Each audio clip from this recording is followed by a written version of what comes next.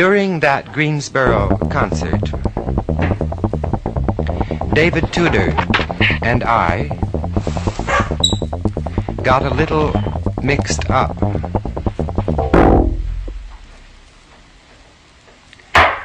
He began to play one piece,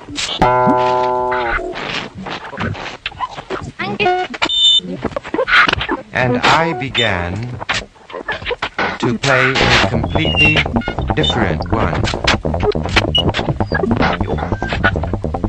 I stopped, since he is the pianist, he is.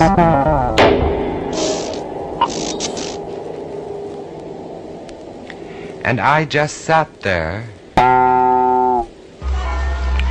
listening.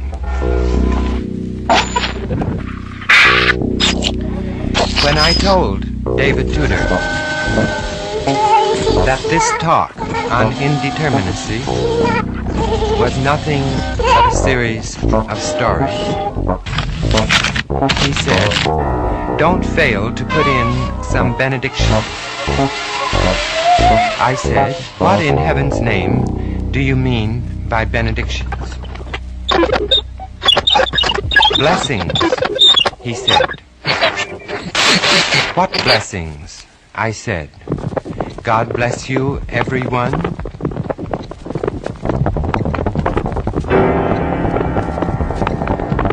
"Yes," he said. "Like they say in the sutras, this is not idle talk, but the highest of truths."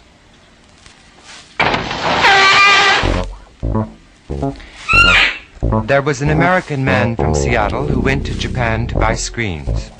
He went to a monastery where he had heard there were very special ones and managed to get an interview with the abbot, who, however, didn't say a word during the entire time they were together. Through an interpreter, the American made known his desire, but received no comment of any kind from the abbot. However, very early the next morning, he received a telephone call from the abbot himself, who turned out to speak perfect English, and who said that the American could not only have the screen he wanted for a certain price, but that furthermore the monastery possessed an old iron gate that he could also purchase. The American said, "But what on earth would I do with an old iron gate?" "I'm sure you could sell it to a star in Hollywood," the abbot replied. We've now played the winter music quite a number of times. I haven't kept count.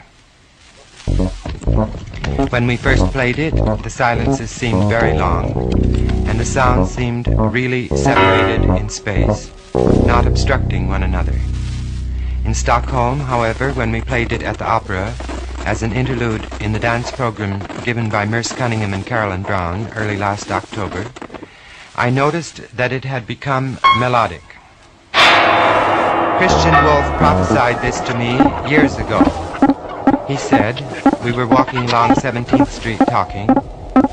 He said, no matter what we do, it ends by being melodic. As far as I am concerned, this happened to Webern years ago. Karl-Heinz Stockhausen once told me we were in Copenhagen, I demand one of two things from the composer, invention or that he astonish me. Two monks came to a stream. One was Hindu, the other Zen. The Indian began to cross the stream by walking on the surface of the water. The Japanese became excited and called to him to come back. What's the matter? The Indian said. The Zen monk said, that's not the way to cross the stream. Follow me.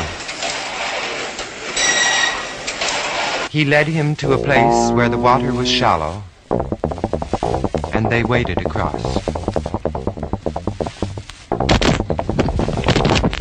Another monk was walking along when he came to a lady who was sitting by the path weeping. "What's the matter?" he said. She said, sobbing,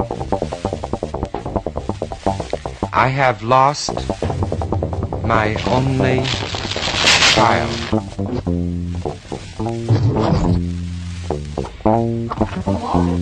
He hit her over the head and said, "There, that'll give you something to cry about."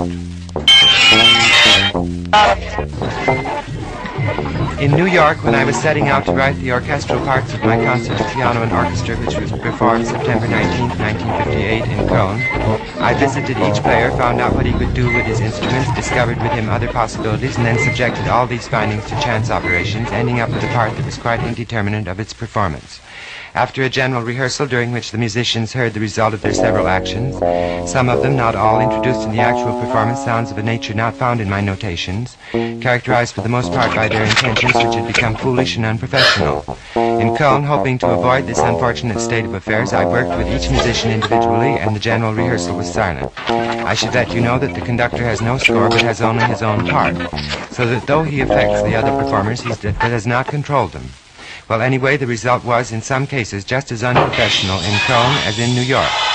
I must find a way to let people be free without their becoming foolish, so that their freedom will make them noble. How will I do this? That is the question. Question or not, that is to say, whether what I will do will answer the situation.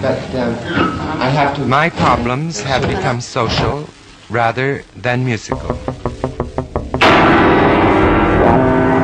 Was that what Sri Ramakrishna meant when he said to the disciple who asked him whether he should give up music and follow him? By no means. Remain a musician. Music is a means of rapid transportation to life everlasting. And in a lecture I gave at Illinois, I added, to life, period.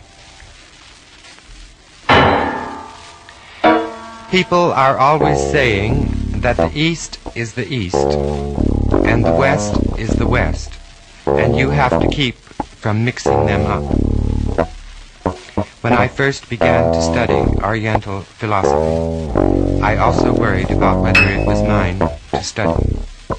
I don't worry anymore about that.